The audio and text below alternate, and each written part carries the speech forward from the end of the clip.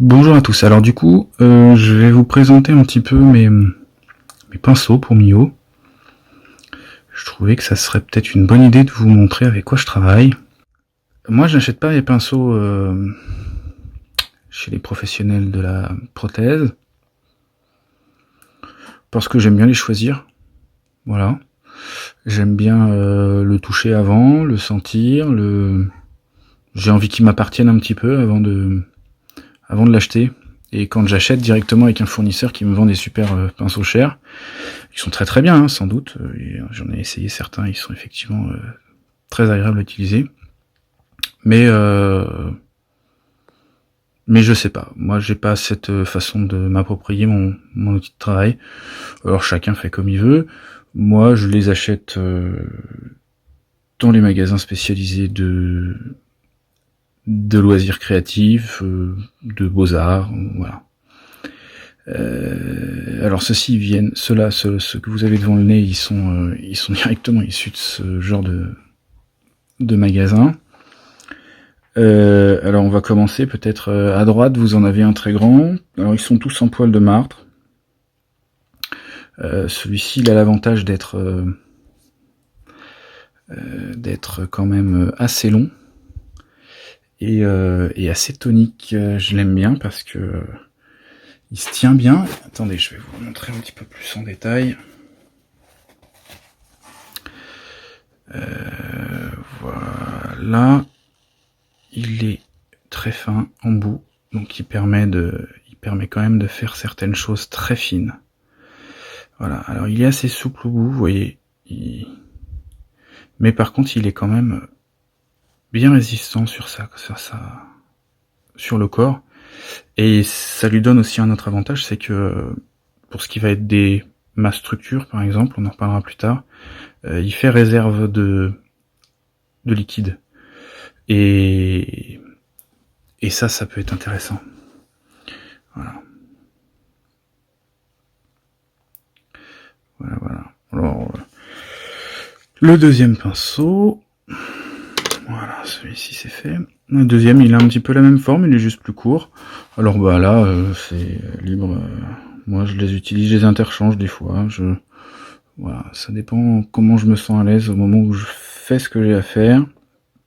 Les deux plus petits sont intéressants parce qu'ils permettent de travailler un peu plus en finesse et dans les détails. Celui-ci, vous verrez, il est vraiment très fin. Alors ceux-là j'aime bien, c'est surtout ceux-là que j'aime bien choisir, parce que ceux-là, on a vraiment, comme ils sont très fins et forcément assemblés un peu en grande série, et ben il y en a certains, ils sont moins fins que d'autres, plus grossiers, les poils se tiennent pas, ils s'épointent pas bien comme il faut. Celui-là, il est cool.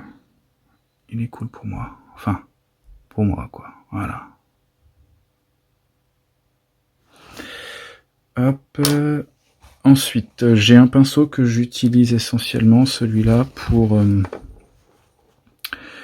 la masse structure. Alors, je sais pas si ça se voit un peu de profil, mais il est assez plat. Et il est finalement assez rigide. Les poils sont assez durs. Vous voyez, c'est quand même quelque chose qui permet d'avoir un peu de contact avec la matière, pour l'appliquer, l'appuyer. Et ça, c'est plutôt pas mal. Alors, il est pas très fin au bout, vous voyez, je sais pas si ça se voit comme ça. Attendez, je vais essayer de vous montrer dans ce sens-là. C'est pas d'une grande finesse, vous voyez, au bout, il est un peu épais, quoi. Mais il fait quand même ramasse matière. Et c'est surtout qu'il est bien pour la mise en forme, je trouve, sur les phases vestibulaires, ou les endroits où on a besoin de positionner pas mal de matière en grande quantité. C'est assez intéressant ce pinceau, j'aime bien. Hop, bon, ça ils sont partis, on les enlève. Celui-là, c'est pareil aussi. Et donc du coup après, alors il me reste celui-ci. Celui-ci il est intéressant aussi parce que celui-ci, c'est un peu l'imitation de ce qu'on trouve dans le coffret Mio. À la différence que celui-ci, il est dans un poil qui me parle mieux, qui est assez rigide, et c'est surtout, il est très rêche, il a des petites... Alors, pour créer des états de surface sur les structures, c'est plutôt pas mal foutu, ce truc-là.